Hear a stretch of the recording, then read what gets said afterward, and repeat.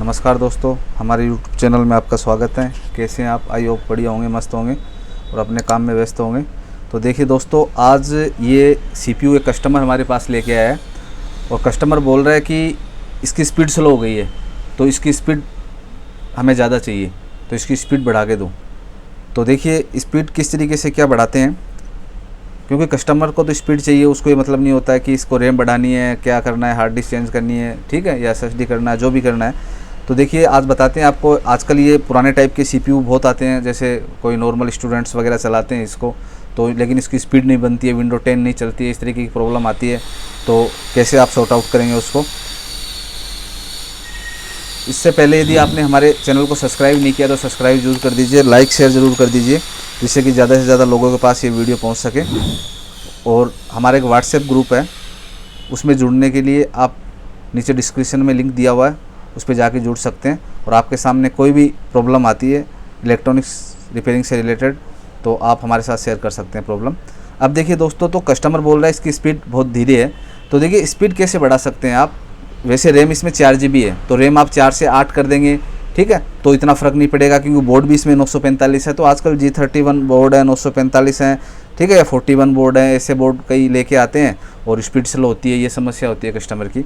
तो देखिए दोस्तों, आप इस समस्या को कैसे ख़त्म करेंगे, इसके लिए क्या है कि आप सबसे बेस्ट ऑप्शन होता है वो आजकल SSD का होता है। तो आप ये SSD है, ये SATA वाली SSD डलेगी इसके अंदर, तो ये डाल सकते हैं, क्योंकि इसके अंदर NVMe वगैरह इससे एडवांस SSD होती है, उसकी स्पीड इससे भी ज़्यादा होती है। लेकिन वो इसमें पुराने बोर्ड है, 31 वगैरह, 41 है, 945 है, इसमें ऑप्शन नहीं होता है। तो आपको SATA वाली ये चुननी पड़ेगी, क्योंकि इसमें रैम भी मैं 8 GB कर दूँगा तो इसकी स्पीड नहीं बढ़ेगी इतनी, तो विंडो वगैरह उसकी प्रॉपर नहीं चल पाएगी। तो क्योंकि आजकल कोई भी नेट वगैरह चलाता है तो इतना फ़र्क नहीं पड़ेगा। तो मैं आपको ये मतलब सजेशन दे रहा हूँ कि यदि आपके पास ऐसी प्रॉब्लम आए, पुराना कंप्यूटर कोई भी लेके आए आपके पास और स्पीड बढ़ाने के लिए बोले, तो सबसे बढ़िया ऑप्शन यही रहेगा कि आप ये SSD लगा दीजिए। आप लगा सकते हैं NVMe वगैरह भी, लेकिन इसके अंदर ऑप्शन नहीं होता है ना कि पुराना बोर्ड है, तो आप SATA वाली SSD को चूज़ कर सकते हैं। उसका बजट होता है तो आप 250 या 500, 256 या 512 SSD लगा सकते हो। लेकिन बजट लो होता है तो जैसे मैंने चूज़ किया है 128 GB SSD है, ये मैं डाल दूंगा। बाकी इसकी सेकेंडरी में ये हार्ड डिस्क का ये लगा दूंगा, तो इसकी विंडो वगैरह इसमें डाल दूंगा, तो इससे फास्ट स्पीड हो जाएगी। क्योंकि जो नॉर्मल हार्ड डिस्क होती है हमारी, इसकी स्पीड 160 MBPS होती है, SSD की 400 MBPS स्पीड होती है, तो इससे 3-4 गुना स्पीड होती है। फिर ये NVMe वगैरह लेंगे तो 600-700 MBPS तक भी इसकी स्पीड होती है, ठीक है दोस्तों। तो ये SSD क्या है कि फास्ट वर्किंग करती है, एक नॉर्मल हार्ड डिस्क जो SSD होती है उसकी तुलना में 3 से 4 गुना फास्ट काम करेगी, ठीक है। इसकी डाटा ट्रांसफ़र की स्पीड 3 से 4 गुना होती है। तो मैं इसके अंदर क्या करना है, मेरे को ये ओके CPU है, कोई भी प्रॉब्लम नहीं है, मेरे को खाली ये SSD ये डालनी है और इसमें विंडो इंस्टॉल कर दूंगा, फिर उसकी स्पीड बढ़ जाएगी कस्टमर के CPU की। और हम क्या करते हैं कि उससे फिर जो भी है वो SSD प्लस हमारी विंडो वगैरह का उससे चार्ज ले लेंगे, ठीक है दोस्तों। तो देखिए इसको मैं डालता हूँ। डालने के लिए देखिए क्या तरीका है। सेम इसमें वही कनेक्टर होते हैं जो एक हार्ड डिस्क में होते हैं। एक पावर कनेक्टर होता है, एक जो SATA केबल होती है, जैसे देखिए ये SATA केबल है जो वो मैं इसमें लगा देता हूँ, जो कि डेटा के लिए होती है, ठीक है। और इसके अलावा ये जो कनेक्टर हैं पावर वाले, वो पावर वाला कनेक्टर मैं इसके अंदर लगा देता हूँ, ठीक है।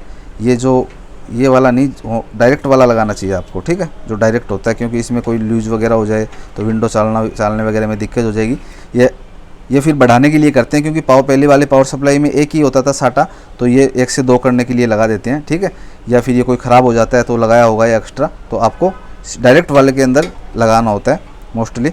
तो मैंने क्या किया कि ये इस तरीके से कनेक्टर लगा दिया। लगाने का तरीका बहुत आसान है। पावर सप्लाई से ये कनेक्टर आ रहा है, ये कनेक्टर लगा दिया, और मदरबोर्ड से 2 SATA डेटा वाला आ रहा है वो मैंने लगा दिया और यहाँ पे रख दिया। पहले वाली हार्ड डिस्क को मैंने हटा दिया, ठीक है दोस्तों। अब क्या करना है, मेरे को मैं विंडो डालना है इसमें। जैसे कि कस्टमर ने बोला कि विंडो 7 मेरे को यूज़ में लेनी होती है, तो मैंने क्या किया कि विंडो 7 की जो पेन ड्राइव है वो मैं लगा देता हूँ और यहाँ पे विंडो चालू कर दूँगा। और जैसे ही मैं विंडो इंस्टॉल कर दूँगा तो इसकी स्पीड 100% बढ़ जाएगी, ठीक है। इसकी स्पीड, पावर ऑन किया, पावर ऑन के बाद में देखते हैं डिस्प्ले आ जाएगा, ठीक है, डिस्प्ले आ गया।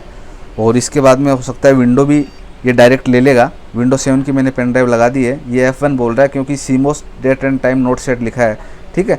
अब आप CMOS में जाके फर्स्ट बूट डिवाइस करेंगे, पेन ड्राइव करनी पड़ती है विंडो डालते समय, ठीक है, और सेकेंडरी पे करेंगे SSD को। लेकिन देखिए क्योंकि नई SSD के अंदर विंडो नहीं होती है तो आप डायरेक्ट भी चलाएंगे तो चल जाएगी, यदि नहीं चलेगी वो तो आपको वहाँ पे ऑप्शन चेंज करना। तो मैं F1 से तो डायरेक्ट जाने का होगा, ठीक है, F1 जाना ही पड़ेगा क्योंकि इसमें CMOS सेल नहीं है, टाइम डेट सेट नहीं है। नहीं तो क्या डायरेक्टली आपकी विंडो ले लेता, आपको सेट करने की जरूरत नहीं होती है क्योंकि अभी SSD में विंडो नहीं है, पेन ड्राइव में विंडो है तो डायरेक्ट पेन ड्राइव डिफ़ॉल्ट लेगा वो, ठीक है।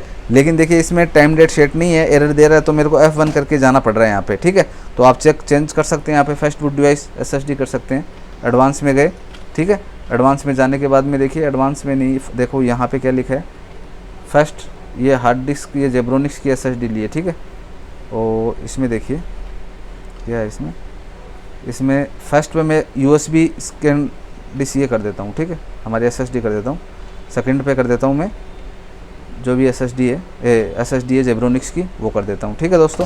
तो फर्स्ट पे क्या किया मैंने, हार्ड डिस्क में पेन ड्राइव कर दिया, इधर first boot device USB scan disk आ गई है, ठीक है, क्योंकि मैंने फर्स्ट पे वो कर दिया तो अब डायरेक्टली विंडो चल जाएगी इसके अंदर, ठीक है।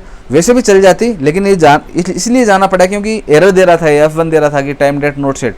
नहीं, मैं नहीं भी जाता तो भी डिफ़ॉल्ट चल जाती है। यदि आपको इतना नहीं भी आता, जैसे कई बिगनर्स वगैरह भी सेट करना नहीं आता क्योंकि कई SSD ऑनलाइन वगैरह खरीद के या मार्केट से खरीद के लेके आएंगे आप, तो आपके विंडो चार्ज नहीं लगेगा, आप खुद डालेंगे तो 300-400 रुपये आप अपने बचा सकते हैं, ठीक है। तो आप खुद यदि विंडो डाल रहे हैं तो आप SSD जोड़ दीजिए और विंडो की पेन ड्राइव लगा दीजिए, ऑन करेंगे तो डिफ़ॉल्ट रूप से आपके F10 से सेव किया, डिफ़ॉल्ट रूप से आपके वही चलेगी, विंडो चलेगी। क्योंकि जब SSD में विंडो नहीं होगी, पेन ड्राइव में विंडो है तो वही चलेगी, चाहे फर्स्ट जिसके अंदर विंडो है। तो SSD में विंडो अभी नहीं है, वही चलती। लेकिन मैं तो इसलिए चला गया क्योंकि इस पर एरर दे रहा था, तो फिर मैं आपको दिखा भी दिया अंदर कि कैसे सेटिंग करेंगे। तो यहाँ पे विंडो चल जाएगी, इसमें विंडो डाल देंगे, इसकी प्रॉब्लम का सोल्यूशन मिल जाएगा। जैसे कस्टमर बोल रहा है इसकी स्पीड स्लो है तो उसकी स्पीड भी सिस्टम की फास्ट हो जाएगी, ठीक है दोस्तों। तो अभी देखिए विंडो को मैंने फर्स्ट बूट डिवाइस करके ये चलाया और अभी ये चल जाएगी विंडो। देखिए आगे यहाँ से ये आ गया, विंडो ऑन हो गया तो मैंने चालू किया और ये अभी विंडो चल पड़ी है, ठीक है दोस्तों। तो इस तरीके से आप SSD डाल के एक सिस्टम की स्पीड बढ़ा सकते हैं क्योंकि अभी जो लेटेस्ट CPU आ रहे हैं i3 i5 वगैरह उसमें तो ऑलरेडी होती है SSD, लेकिन पुराने CPU वगैरह किसी के पास रखे होते हैं, वो निकाल के लेके आते हैं आपके पास और उनको ये आइडिया नहीं होता है कि SSD वगैरह क्या होती है, स्पीड कैसे बढ़ेगी। तो आप उसको सजेस्ट भी कर सकते हैं, या कस्टमर भी आपके पास लेके आता है प्रॉब्लम कि स्पीड स्लो है, तो आप ज़रूर इसमें SSD डालिए और उसकी स्पीड बढ़ा सकते हैं, ठीक है दोस्तों। तो आपको ये वीडियो कैसा लगा आप कमेंट्स में ज़रूर बताएंगे और कमेंट्स में एक आइडिया ज़रूर दे दिया करें हमें कि किस तरीके की लाइव क्लास वगैरह की आपको ज़रूरत है या क्या प्रॉब्लम्स है, उसी के अकॉर्डिंग हम आपके लिए वीडियो बना सकें। और आपने हमारे चैनल को सब्सक्राइब नहीं किया अभी तक तो सब्सक्राइब ज़रूर कर दीजिए और लाइक शेयर ज़रूर कर दीजिए जिससे कि ज़्यादा से ज़्यादा लोगों के पास ये वीडियो पहुंच सके। धन्यवाद।